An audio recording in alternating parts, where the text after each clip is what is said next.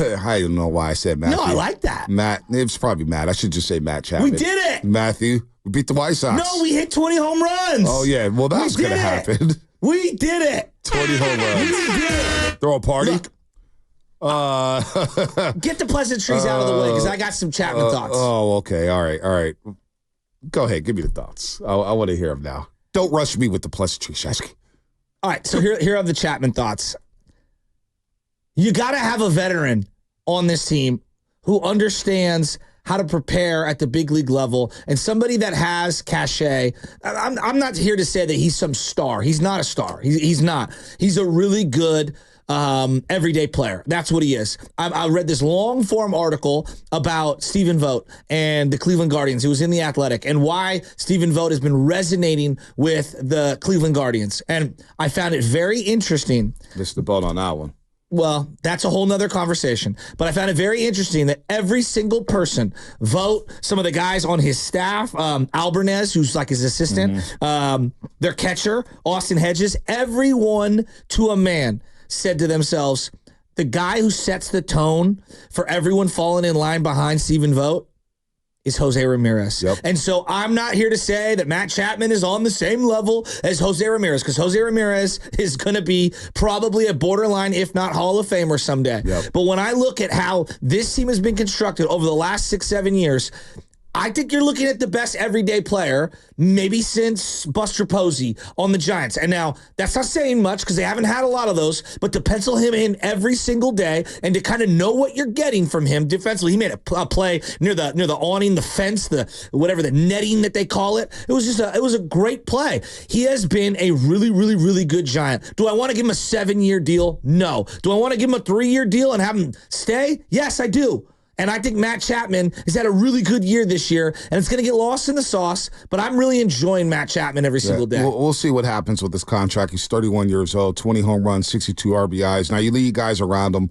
I'm not mad at him. We interviewed him early in the season, came away very impressed with what Matt Chapman is, what he's all about, the way he goes about his business. He's a pro's pro. Every single day you're going to get full-out effort from him. I'm not mad at Matt Chapman. You got to sign somebody. You got to have somebody in this lineup now. You need to build around them. So I'm not mad at Matt Chapman. By the way, good morning, and oh, baby. Good morning to all the graveyard shift workers, all the overnight dancers, everybody out there, 888-957-9570. We're going to do a vibe check with the 49ers a little bit later. By the way, shout out to our friends at Flowing Water Plumbing and Drain. If you're going to call it to the roast, you better bring it, because if you don't, you will be flushed. Brought to you by Flowing Water Plumbing and Drain. And we're qualifying 2 more people today to have breakfast with the roast September 6th on the Friday. That's right. We'll kick off the football season Friday, September the 6th, and we'll have breakfast right here at 95.7 The Game. So listen all this week between 7:30 and 8 o'clock, and we have 10 spots we're giving away. We have 8 left. We're going to give away 2 of those 8 today between 7:30 and 8 o'clock. And when you hear this sounder, be the 10th caller, and you win a spot for breakfast with the roast. Breakfast will be provided by Jack's Restaurant. So Chapman's been a nice story for the Giants. Ramos has been a nice story, even though the batting average has slipped to 279. Fitzgerald is a good story. Lamont Wade Jr. goes 2 for 3. You beat the White Sox, the lowly White Sox. And I'm sure people were saying, uh-oh, in the 5th inning when they took a 1-0 lead. And I'm sure people were saying, uh-oh, in the 9th inning when Jordan Hicks was on the mound. You didn't know where the ball was going. You got a little erratic at times. Huh? I don't think he knew where the ball was going. Thankfully, Kirk Casale knew where one of those pitches were going, although he threw a wild pitch the very next pitch. But you're able to survive and win a game against the White Sox, and now you're 1 game over 500. Kyle Harrison did what he had to do against the White Sox. Game. He looked solid. Can you get the guy some run support early in a game so that he can pitch the lead? Yeah, that doubt. would be something I would love to look into. Like, how many innings has he gone out onto the mound where he's had a lead? Yeah, not many. Not many. And so you were talking about Kirk Casale. I really like Kirk Casale. He had a big hit in this game, finally broke the seal to drive in some runs. But Bonta, he can't throw out anyone. I mean, he needs a cutoff to throw from catcher to second. It's so bad. It's not good. It's so bad. Now, a combination of that is the Giants struggle holding runners on. They don't throw over, really ever. No. And all of their guys have a high leg kick. And so they're doing their catcher no service in terms of trying to slow down a runner. But that being said, like Casale's arm, poor guy, like him a lot. I mean, he's a liability defensively. A win like that, you're playing the White Sox, and that was my focus when I was watching the game. Because in my opinion, I was like, the Giants got to win this game. Now you're 5 back in the loss column to the Atlanta Braves. They just lost Austin Riley for quite some time. I could do them in. He's a star third baseman, all-star. 8 weeks. Yeah, it's not good for the Braves. They've just been littered with injuries to big boys. Albies, Ronald Acuna Jr., Austin Riley, and Spencer Strider. Just brutal for the Atlanta Braves. Yet they're still hovering 8 games above 500, still trying to get into the playoffs. Now you're 3 back in the Mets. They come back and they beat the Orioles yesterday with a walk-off. So, look, I'm not going to sit here and berate everybody with playoff talk when it comes to the San Francisco Giants. But my focus yesterday was just on the White Sox and how bad they are. They're historically bad, folks. 30-96 on the season. Again, they've won 30 games, and we're midway through August. There's 35 games left for the Giants. They've got to get to 43. I don't know if they're going to get there. I don't know if they'll get there. Now, they may sneak one in here. They beat the Yankees last week. They beat the Astros in the game last week. Sneak one in. They may sneak one. You hope they don't sneak one in at Oracle Park. Can you say that record again? 30-96. Just wild to listen to. 30-96. It is August 20th, and they have 30 wins on the season. Now, they do have a baller, Luis Robert Jr., and you think that Is he a baller though? well, he's just I mean, he's lost. He can't. He's got all the talent in the world. He's got all the talent in the world. He's hurt all the time. He's 27 years old. He's a guy I take a chance on. But you look at the power. Last year he hit 38 home runs. The year before he only played 98 games. The year before he only played 68. So injuries have really derailed his career. But you see the talent. You saw the talent last season. You saw the talent his rookie season. He's got speed. He's got 18 stolen bases this year. He has power. I mean, you got nobody batting around you. You're batting 216. I don't know. But I look at him saying, I'm looking at him and I'm saying, I would take a chance on a guy like him. Yeah, I don't know. I'm very iffy on him. I was looking at another player, the Santa Rosa kid, Andrew Vaughn, and I was just looking at some of his advanced numbers, and he got off to a really slow start, was red hot in June, cooled off big time in July, and then is red hot again in August. And I'm saying to myself, like, he could not play on a worse team. Well, he's a first baseman. He's got some okay power. He's in 2023, he hit a career high 21 home runs. Not bad at all on 152 games. I like Andrew Vaughn. He's not bad. I mean, he was the number 3 overall pick. It's pretty incredible. It is incredible, but has he lived up to that? No. But I would also say that, just the situation and the organizations, they might be as bad as we rip the A's. The White Sox might be worse at developing and sustaining talent. You can make that same argument for Luis Robert Jr. Yeah, I mean, the guy did hit 38 jacks last year. It's true. I mean, 38 jacks is nothing to scoff at. I mean, when the last time we had somebody hit over 28 home runs? Hunter Pence hit 28, I believe. 28. I think... Did Belt get 29? Belt had 29. He had 29. That's right. He got 29. He got stuck. He would have been the guy who hit 30 home runs for the first time since Barry Bonds. Bonds 27 in his final year, and then I believe Uribe and Huff hit 26 in 2010. Yeah, 26, 25, something like that. Huff had a really good year in 2010. He had a great year. So you look at, I was just looking at how does an organization become that bad? Like, to me, that's the story. How bad that's a proud, now they've had some up and downs over the course of my lifetime, of course, but that's a proud organization for the most part. Their gear always sells. A lot of people wear White Sox hats. They got some really cool colors. When they went to that colorway, the black and white with the pinstripes, it's like, wow, the rebranding was really good for the White Sox. Now, I told Lubman, and Lubman's been to this yard. You forget they're in Chicago because you go to Wrigley Field and it's sold out and it's a lot of fun and Wrigley Field and everything. And you go to the south side of Chicago. Guarantee rate field. The atmosphere of Shaska. You want to talk about there's minor league. San Jose Giants may have a better atmosphere than the White Sox and where they play. So did you see the movie The Saint of Second Chances? It's a documentary. I believe it's on Netflix. I could be wrong, but it's about Veek, the owner of the White Sox during the 70s. No, I've never seen it. So your point about like proud franchise, it really wasn't. I thought it was more because it's an older franchise, obviously.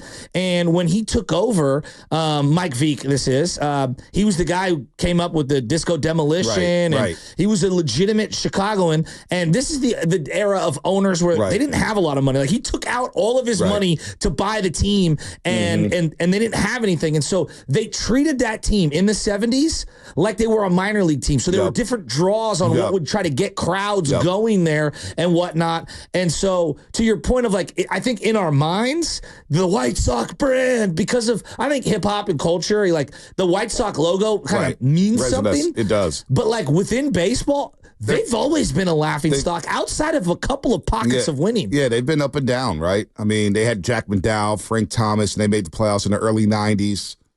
And then they fell off the cliff. And then, of course, they went in World Series in the mid-2000s with Ozzie Guillen. Now, Tony Russo helped turn that program around in the 80s before taking the A's job. Yeah. But really, they've been this team that you think that, boy, they've got a lot of talent. They spend money on some big-time free agents, and they always underachieve. Now, they've underachieved to astronomical levels this season. And you could blame Tony La Russa for the downfall of this team when they did have things rolling. Jose Abreu, they had Eloy Jimenez, who's Yohan Moncada? Oh, Yohan Moncada, who's always hurt. I mean, I just couldn't believe I'm watching that game thinking, imagine staying up watching this team. You're a White Sox fan.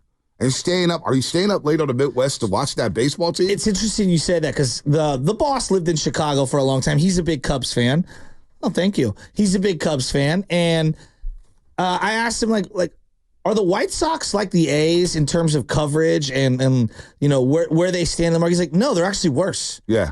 And I'm like, really? He's like, yeah, because at least the A's have like players that everyone likes. The White Sox were horrible. I know they won it in 2005 with Juan Uribe, who we referenced earlier. But outside of that, I mean, they've had zero sustainability over the years. And then obviously, moving out of Comiskey and they've been trying to get out of there for 25 years? Well, they built that yard, the new Comiskey, and it's just as bad. It's nothing there. U.S. Cellular. What is it even called now? It's Guaranteed Rate Field. Guaranteed Rate Field. And Anna and I went out there to a Royals White Sox game on a Friday night. Should be Guaranteed Loss Field. It should be. That's not bad. $5 tickets. They had a statue of Carlton Fisk. They had a statue, and then they had their little. Was he in biker shorts? He was not in biker shorts. This was part of the Bill Veeck. He was like experimenting with things of how you get people to go, and they went to the shorts. I know. Yeah, it's crazy. I know. Kind of liked it, not going to lie. It's just different. I was like, do they rock shorts for real in a game? That's just wild. It is wild. It's such a bad look. I mean, the new Comiskey could be farther away from, it's on the south side of Chicago, and it is out there. We took the subway out there, got $5 tickets to a Royals White Sox game, and it was just sterile. They had their own version of, like, the patio of, like, what the public house looks like across the street. Nobody was in there. It was pretty nice. But nobody, why would anybody drive down? They need to be closer to the city. If you want to get the White Sox brand rolling and threaten the Cubs brand, you got to get closer to the skyscrapers. You got to build closer to Soldier Field. It is just so out there. So I always wondered how Matt Koski and Bob Fitzgerald became White Sox fans instead of Cub fans. I live with these people. I love these people. They're part of my family. But seriously, the White Sox is part of Fitz's family. They're part of Matt Koski's family. For a major market, Chicago's had a lot of losing over the last 25 years. I mean, I know they got Michael Jordan, and so that kind of like retcons a lot of the misery, but the Bulls have not been good for a long time. Not consistently. And you think about Derrick Rose and the woulda, coulda, shoulda, right? And those teams were good. Like the Joakim Noah, Luol Deng, Derrick, those teams were very fun. Ben Gordon was there for us. Kirk Heinrich. They've been bad for a long time. And then the Cubs have been hit and miss, I would say, for quite some time. I know they're the lovable losers, but when we were growing up, they were good in the 80s. Right. And then they had their moment in the late 90s, especially with Sammy Sosa, Mark Pryor. The early 2000s with Dusty. Like, they've been relevant. The White Sox have been irrelevant outside of the 05 season. So irrelevant. And then the Bears, now they've got Caleb, but, I mean, one Rex Grossman season? They've had a couple playoff moments. Jay Cutler got to a conference championship. Double doink? Yeah, the double doink. They've had a couple playoff moments, but their offensive ineptitude. Yeah. Lackadaisical quarterback play. So they're hoping that Caleb could bring up some promise. They're hoping that the Cubs could turn things around. Now, Wrigley Field looks nice. At least you go out there and you feel like watching Major League Baseball. The atmosphere is great. It's an iconic venue. The White Sox really is tough just, to match. That's a good call with Matt Nahigan about the A's and the White Sox being the two-team market. Now, the White Sox are not leaving anytime soon. Well, no. we don't think they're going to leave, but they are flirting with Nashville. They are flirting. Yeah. What's the guy who owns the Bulls? Come on. Oh, Jerry Reinsdorf has been flirting with other cities. He's looking for a handout. Him and the Bears were trying to do a joint venture. Yes, to Arlington, and then that kind of broke apart. The Bears would be smart to have nothing to do with the White Sox. The White Sox were trying to latch on to the Bears and build their own thing and be compared. And the Bears are like, we're kind of Cub fans. You know what I'm saying? Maybe that's what they're thinking. What do you close your eyes? If Reinsdorf did move that team, that would be criminal because I do think Chicago could support two teams. And like the Cubs, the south side of Chicago is like, blue collar. If anybody watched Shameless and you ever been out there, now you got to be safe out there in the south side. There's no doubt about that. Most dangerous cities in America. Yeah, dangerous areas in America, Hundreds no doubt. of murders a year. Oh, trust me, I know. Sad. Every day on X, there's videos that pop up on my feed, and I'm just like, wow. It's not a great scene. Not a great scene at all. So I don't know, man. I was watching them thinking, how could a franchise stoop to that level? Now we got the A's in our own market, but I'm looking at the White Sox and I'm just saying they're 30-96. I couldn't focus on the Giants. Like, to me, they better win that game, right? There's no like fist pumping for beating the White Sox. I'm not like saying like, woo, we got one. I'm gonna be real. One game over 500. Harrison needed that bad. He did. He just needed that. Like the kid needed a W. He needed to, go up against a garbage team, and that. Well, on the other side, we got to talk about something. Lamont Wade Jr. not being able to run. Like I'm sorry, I was triggered last night. Seeing that, you got triggered with this game. It was a microcosm of everything that drives me crazy with this organization. There was nothing that could possibly trigger me about that game. No. There was something that triggered me, and I want to talk about. There was nothing because to me it was just it's the White Sox. They're 30-96. When you close your eyes and you say the White Sox, who's the player? Because I know exactly who Frank I'm Thomas. What? Frank Thomas. I completely agree. The big hurt. Frank Thomas. And then Bo Jackson later on in his career. What's it, Scotty Pods? Robin Ventura. Robin Ventura's a good one. Jack McDowell. Jermaine Dye. Jermaine Dye's really good. That is really good. He's legend. Harold Baines. Harold Baines is that's a really good Harold Baines. Paul Konerko, low-key, borderline Hall of had a great career. He had a great career with the White Sox. I think 300-something home runs. 439. How many? 439 I home remember runs. he was a over Dodger. 300. The Dodgers got rid of him. Konerko was a beast. Dodgers got rid of him. Tomei. Adam Dunn, Jim Toby.